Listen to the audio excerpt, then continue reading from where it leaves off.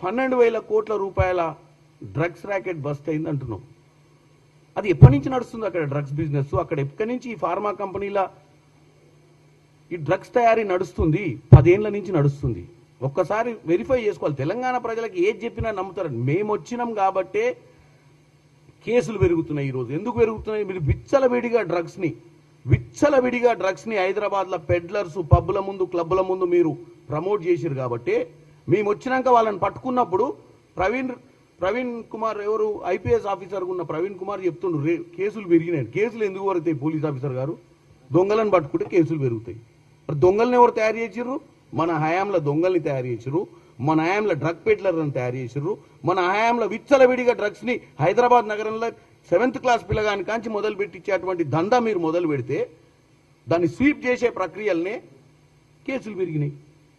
ఎవడన్నా జ్ఞానం ఉన్నోడు ఏమంటాడు? కేసులు ఎందుకు పెరుగుతాయి? పట్టుకుంటే కేసులు పెరుగుతాయి, వదిలిపెడితే కేసులు తగ్గుతాయి. మీ హయాంలో మొత్తం వదిలిపెట్టిర్రు, మా హయాంలో పట్టుకున్నాం. అదొక అంశం మాట్లాడినాం. 4వ అంశం. 5వ అంశం సీఎం సెక్రటేరియట్కి రావట్లేడని మాట్లాడినాం. అది మీరు, అది కేసీఆర్ కుమారుడు కేటీఆర్ సీఎం సెక్రటేరియట్కి వచ్చేదాని గురించి, సీఎం ప్రజాపాలన అందించేదాని గురించి ఇక నువ్వే మాట్లాడితే ఎవడే వేరే వాళ్ళకి అవకాశం ఏముంటుంది మాట్లాడడానికి? ఇక ఎవరి గురించి మాట్లాడాలి ఇప్పుడు మనం? చిట్ చాట్ పెట్టుకున్నావు, ఏదైనా మంచి అంశం మాట్లాడేది ఉండే, తెలంగాణ సమాజానికి మంచి మెసేజ్ ఇచ్చేది ఉండే. ఇలా తెలంగాణ సమాజంలో ఆ హయాంలో సాయుధ రైతాంగ పోరాటంలో 1000 మంది బలిదానాల మీద ఆ రోజు సర్దార్ నెహ్రూ గారు, సర్దార్ వల్లభాయ్ పటేల్ గారు వచ్చి ఆ రోజు మనకు స్వేచ్ఛా వాయులు ఇచ్చే ప్రయత్నం చేసి భారతదేశంలో కలిపారు.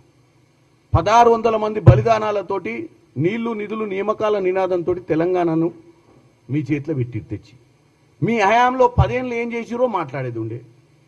ఇప్పుడు ఏం చేస్తే బాగుంటుందో మాట్లాడేది ఉండే. ఒక్క అంశమన్నా నువ్వు ఇవాళ పెట్టిన అంశంలో నీ సైకాలజీ అర్థమవుతుంది. నీ సైకాలజీ, నువ్వు మాట్లాడిన అంశాలు, ముఖ్యమంత్రి రేవంత్ రెడ్డి గారు సెక్రటేరియట్కి వస్తలేడు, ప్రజాపాలన అందిస్తలేడు, డ్రగ్స్ గురించి నువ్వు మాట్లాడింది, మెట్రో గురించి నువ్వు మాట్లాడింది, తెలంగాణ ప్రజలు చూస్తారు. మెట్రో ఎవరి హయాంలో వచ్చిందే? మెట్రో 2వ స్థానంలో ఉండే హైదరాబాద్ 2010లో జైపాల్ రెడ్డి గారు అర్బన్ డెవలప్మెంట్ మినిస్టర్ ఉన్నప్పుడు మెట్రో వచ్చింది. మరి నీ 10 ఏళ్ల హయాంలో ఏమైంది? 20వ స్థానానికి పోయింది మెట్రో.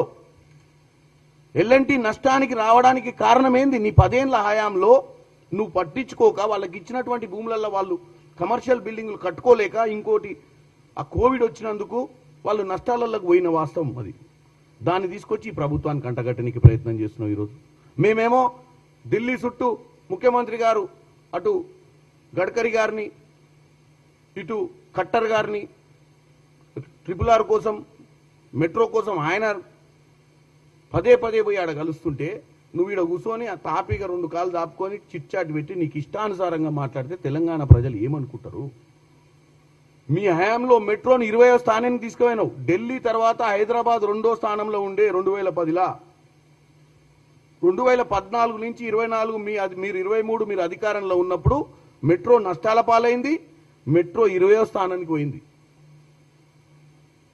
ఇది తెలంగాణ ప్రజలు అర్థం చేసుకోవాలి. ఈరోజు ఈ రాష్ట్రాన్ని మిగులు రాష్ట్రం నుంచి అప్పుల రాష్ట్రానికి ఎట్లా తీసుకుపోయారో, ఈ రాష్ట్రాన్ని డ్రగ్స్ని ఎట్లా ప్రమోట్ చేసిర్రో, ఈ రాష్ట్రంలో మెట్రో నెట్లో కూల్చిర్రో, ఈ రాష్ట్రంలో మీరు ఈరోజు లోకల్ బాడీ ఎలక్షన్లలో రిజర్వేషన్లు కూడా ఈరోజు ఆగడానికి బీసీ బిడ్డలకు తెలవాల్సింది ఏంటంటే వాళ్ళు అయ్యే తీసుకున్నటువంటి నిర్ణయాల వల్లనే. ఇవన్నీ చెప్పడం మర్చిపోయి ఆడ కూర్చొని ఏదో మాట్లాడి వెళ్ళిపోతే సరిపోద్దని చెప్పి లాస్ట్కు సీఎం రేవంత్ రెడ్డి గారిని ప్రజలు ఎన్నుకుర్రు. సీఎం రేవంత్ రెడ్డి గారు పీసీసీ ప్రెసిడెంట్ అయినాకనే మీరు ఎప్పుడు కూడా ఇక జీవితంలో కాంగ్రెస్ పార్టీ ఇక అధికారంలోకి రాదు, మీరు నియంత పాలన ఫస్ట్ నువ్వు ఇలా మొదలు పెట్టిందే నీ చిట్చట్ల రేవంత్ రెడ్డి గారు నియంత పాలన చేస్తున్నారు. నియంత పాలన చేసింది మీ అయ్యా. ఒక్కరోజు ప్రగతి భవన్కి రాలేదు, ఒక్కరోజు సెక్రటేరియట్కి రాలేదు. ఉన్న సెక్రటేరియట్ని గుల్లగొట్టి ఎక్కడి నుంచి పరిపాలనను కూడా అందించారో కూడా తెలియని పరిస్థితిని తెలంగాణ ప్రజలు చూసారు మీ హయాంలో. ఒక్క జీవో కూడా ప్రజల దృష్టిలోకి లేకుండా చీకటి జీవోలు ఇచ్చి రాష్ట్రాన్ని దోపిడీ చేసింది మీరు.